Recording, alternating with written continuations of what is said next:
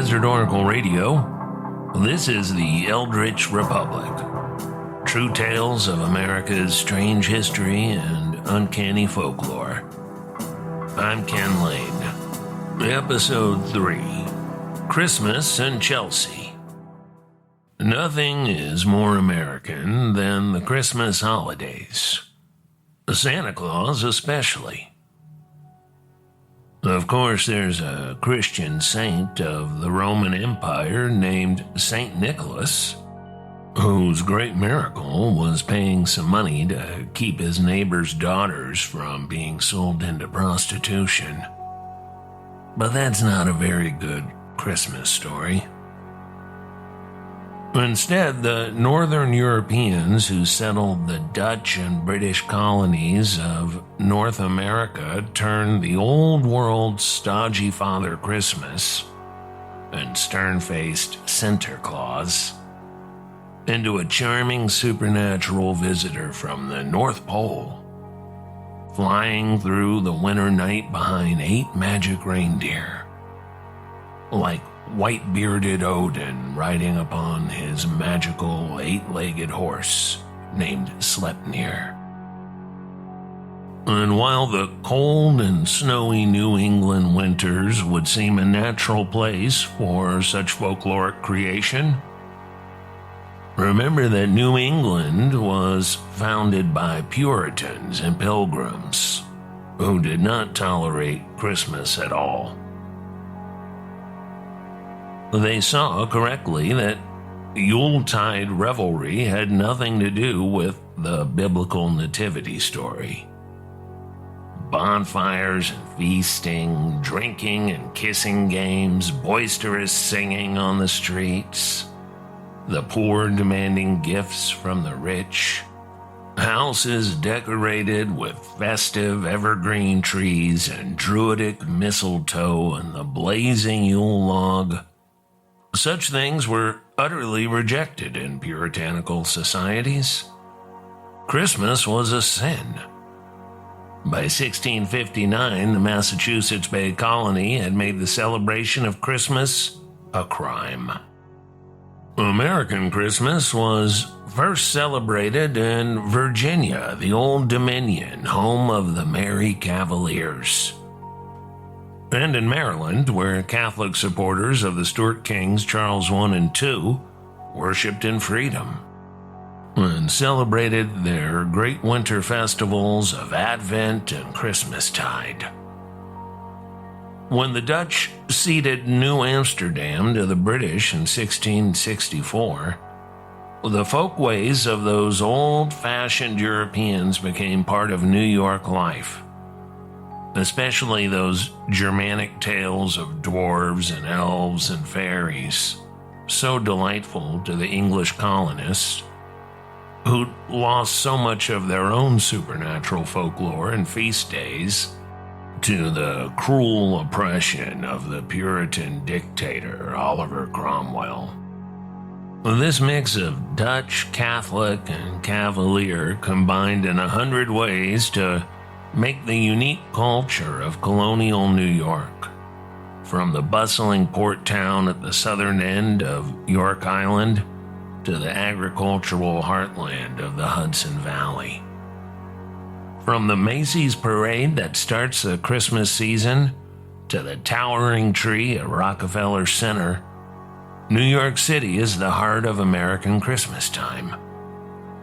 That's especially true of its American personification, now known and loved around the world, Santa Claus himself. Almost everything we know about Santa Claus we know from a poem called A Visit from St. Nicholas, which most accounts agree was written in New York City during the Christmas season of 1822.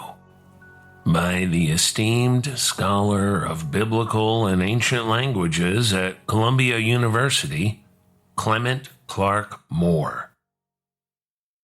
The grand house in the poem, with its snow-covered lawns and roof large enough to accommodate a team of reindeer pulling a sleigh full of presents, was called Chelsea.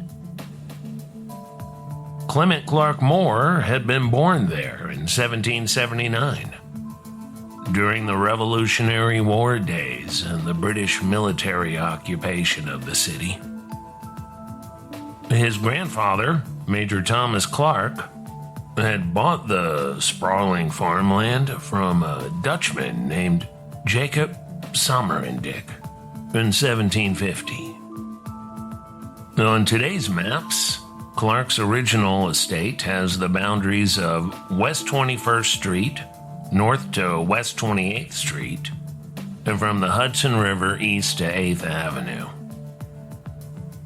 The orchards and meadows and picturesque riverfront made the place a true refuge from the wild city below, which was even then known for its cosmopolitan population, celebration of wealth, and a shocking number of prostitutes working the Holy Ground brothel district behind Trinity Church, where ladies of the evening would share their many diseases with both American and British soldiers during the Long War. In those times, some 2% of New York City's population consisted of prostitutes. That's around 500 of the city's population of 25,000 during the war years.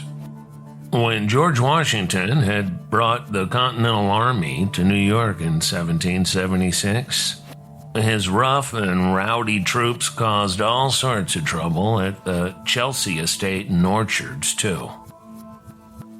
Well, that's when young Charity Clarke wrote directly to General Washington, demanding to know why, quote, the quiet home of a widow and 2 young daughters be infested by your uniformed, loutish varlets. Washington, it is reported, quote, immediately jumped on his horse and paid her a visit, reassuring her with real kindliness as well as stiff courtesy. Clement Clarke Moore, who inherited Chelsea, along with his wife Charity, left a lasting legacy in Manhattan, and it's the West Side neighborhood named for his family's estate, Chelsea. Because Clement Clarke Moore made his real fortune in real estate, with the Streets Commission demanding he and every other country property owner pay for the new grid that the city ordered built. And Moore, tiring of the city youth wandering into his orchards to pilfer the produce, he decided it was better to parcel off the great estate and move away to the country, to Queens. While he donated the land for the General Theological Seminary that's still there on West 21st Street, the rest he developed with a partner as an elegant neighborhood zoned only for fine houses and gardens. Only a few mid-19th century townhouses remain today in that busy neighborhood called Chelsea. But Moore's lasting fame comes from the best-known American poem of all time, A Visit from St. Nicholas, also known as 'Twas the Night Before Christmas. Printed first in the Troy, New York Sentinel in 1823, when both John Adams and Thomas Jefferson were still alive, and soon to see print in thousands of newspapers across America and around the globe, that poem is the focus of our Eldritch Republic tale. But it wasn't the first New York City poem to be published on the particular topic of Santa Claus. That poem was published anonymously in 1821, and is called Old Santa Claus with Much Delight. And it goes like this. Old Santa Claus with much delight, his reindeer drives this frosty night, o'er chimney tops and tracts of snow, to bring his yearly gifts to you. Or yo. The steady friend of virtuous youth, the friend of duty and of truth. Each Christmas Eve he joys to come, where peace and love have made their home. One reason this poem didn't become a standard is because it's not very good. Through many houses he has been, and various beds and stockings seen, some white as snow and neatly mended, others that seem for pigs intended. To some I give a pretty doll, to some a peg top or a ball. No crackers, cannons, squibs, or rockets to blow their eyes up or their pockets. Wherever I found good girls or boys that hated quarrels, strife, and noise, I left an apple or a tart or wooden gun or painted cart. No drums to stun their mother's ear, nor swords to make their sisters fear, but pretty books to store their mind with knowledge of each various kind. Come on. But where I found the children naughty, and manners crude, and temper haughty, thankless to parents, liars, swearers, boxers or cheats, or base tale bearers, I left a long black birchen rod, such as the dread command of God directs a parent's hand to use when virtue's path his sons refuse. At least the illustrations are good. Lovely little color illustrations, much better than the words. The third of these pictures, titled The Children's Friend, shows a red-suited, white-bearded Santa stealthily filling the children's stockings with treats as they peacefully slumber on a winter's night. The house looks fine, of plain, comfortable American style. 3 shelves of books mounted on the wall, a big wooden bed. The children's shoes are neatly on the floor beneath the bed near a new kite with a long ribbon tail. Christmas of 1821. But even that was not the first appearance of New York Santa Claus in print. That comes from America's first great prose author, Washington Irving. In his satirical and very popular Knickerbocker's History of New York, Mr. Irving wrote this, first published in December 1809.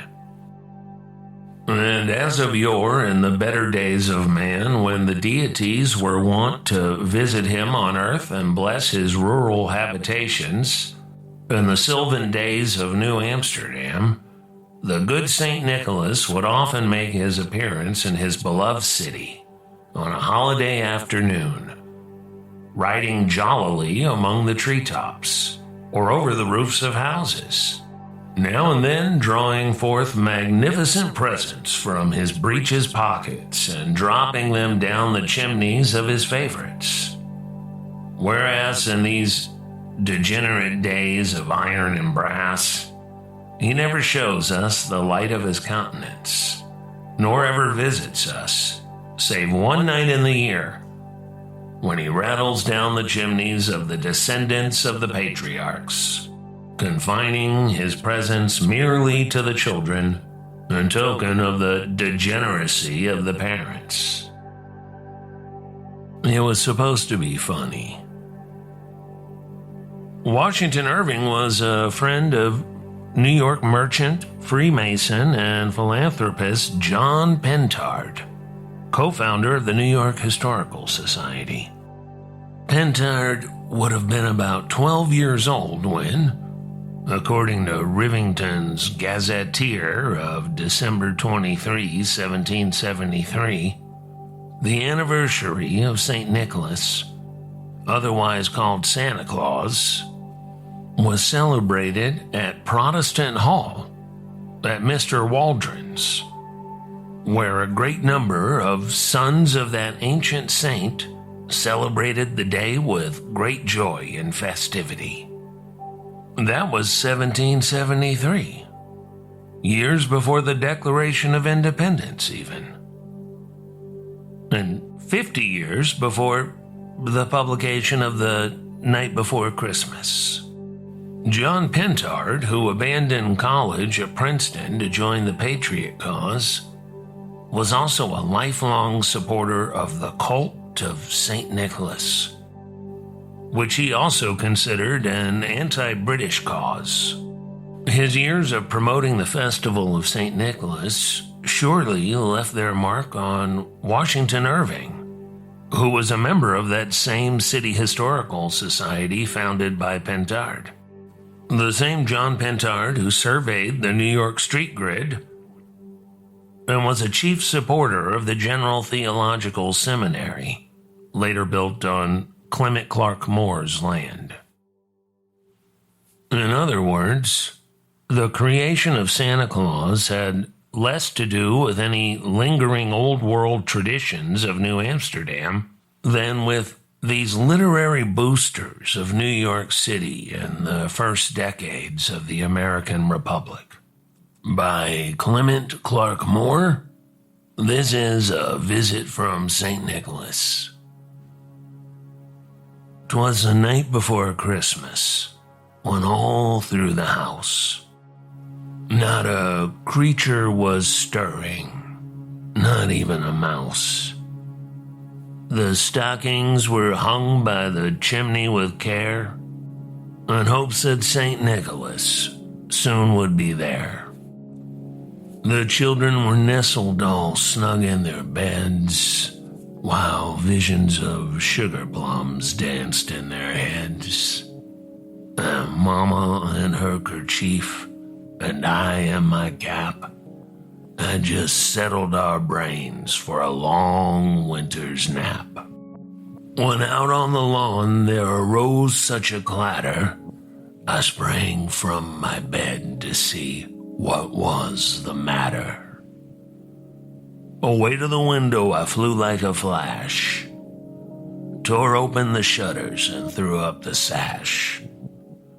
The moon on the breast of the new-fallen snow gave a luster of midday to objects below.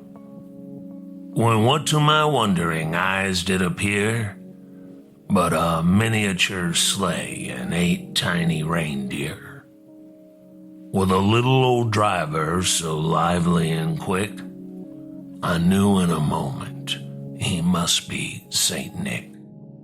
More rapid than eagles his coursers they came, and he whistled and shouted and called them by name. Now Dasher, now Dancer, now Prancer and Vixen, on Comet, on Cupid, on Donder and Blitzen, to the top of the porch, to the top of the wall. Now dash away, dash away, dash away all. As leaves that went before the wild hurricane fly, when they meet with an obstacle, mount to the sky. So up to the housetop, the coursers they flew, with the sleigh full of toys, and St. Nicholas too. And then in a twinkling, I heard on the roof the prancing and pawing of each little hoof. As I drew in my head and was turning around, down the chimney St. Nicholas came with a bound. He was dressed all in fur from his head to his foot, and his clothes were all tarnished with ashes and soot. A bundle of toys he had flung on his back, and he looked like a peddler just opening his pack. His eyes, how they twinkled, his dimples, how merry. His cheeks were like roses, his nose like a cherry. His droll little mouth was drawn up like a bow, and the beard on his chin was as white as the snow. The stump of a pipe he held tight in his teeth, and the smoke, it encircled his head like a wreath. He had a broad face and a little round belly that shook when he laughed like a bowl full of jelly. He was chubby and plump, a right jolly old elf, and I laughed when I saw him, in spite of myself. A wink of his eye and a twist of his head soon gave me to know I had nothing to dread. He spoke not a word, but went straight to his work, and filled all the stockings, then turned with a jerk, and laying his finger aside of his nose, and giving a nod, up the chimney he rose. He sprang to his sleigh, to his team gave a whistle, and away they all flew like the down of a thistle.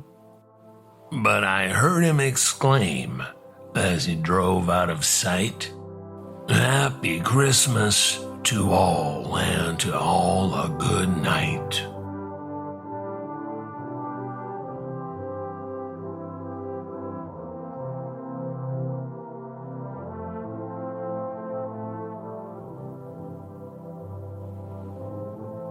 Clement Clarke Moore never put his name on the anonymously published poem until 1844, 2 decades after its first publication, when, encouraged by his children, Moore included a visit from St. Nicholas and a collection of his other poetry.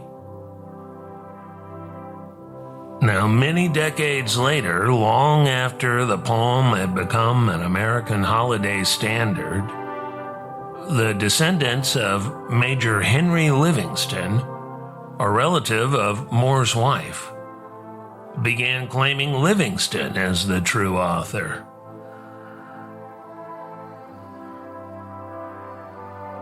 Well, other than the types of obsessives who waste their lives claiming Shakespeare wasn't Shakespeare, Clement Clarke Moore remains the acknowledged creator of this supernatural Christmas tale that sounds as fresh today as it did when Thomas Jefferson and John Adams read it in their newspapers back in 1823.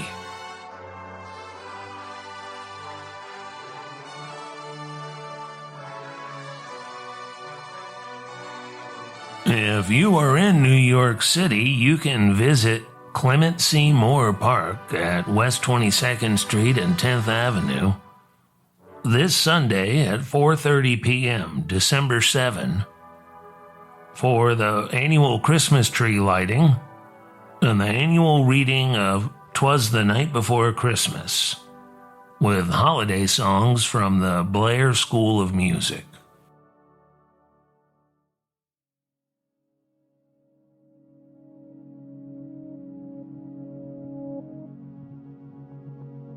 This is the Eldritch Republic from Desert Oracle Radio.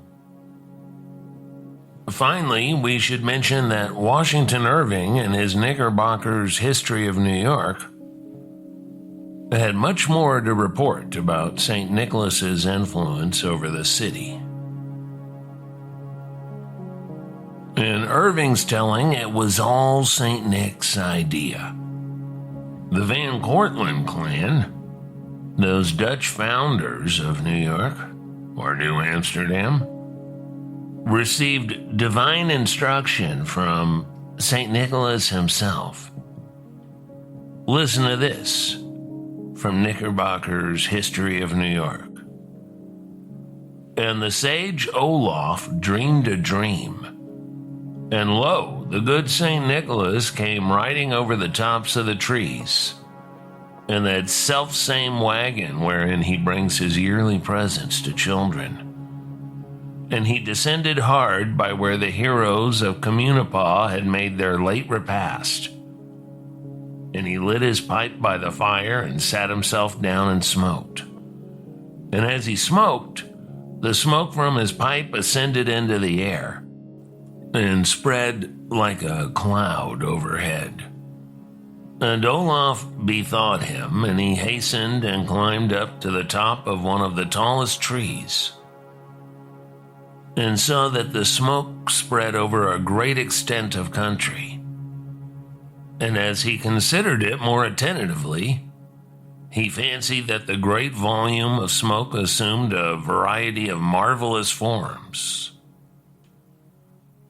where in dim obscurity he shadowed out palaces and domes and lofty spires, all of which lasted but a moment and then faded away, until the whole rolled off and nothing but the green woods were left. And when St. Nicholas had smoked his pipe, he twisted it in his hatband, and laying his finger beside his nose, gave the astonished Van Cortlandt a very significant look. Then mounting his wagon, he returned over the treetops and disappeared. And Van Cortlandt awoke from his sleep greatly instructed, and he aroused his companions and related to them his dream, and interpreted it that it was the will of St. Nicholas that they should settle down and build the city here, and that the smoke of the pipe was a type how vast would be the extent of the city, inasmuch as the volumes of its smoke would spread over a wide extent of country. And they all with one voice assented to this interpretation, excepting Mynheer ten Broek, who declared the meaning to be that it would be a city wherein a little fire would occasion a great smoke, or in other words, a very vaporing little city. Both which interpretations have strangely come to pass. Washington Irving. Thanks for listening to the Eldritch Republic with soundscapes by our own RedBlueBlackSilver.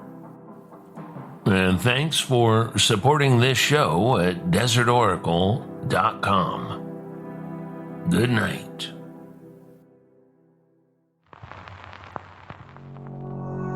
Desert Oracle Radio.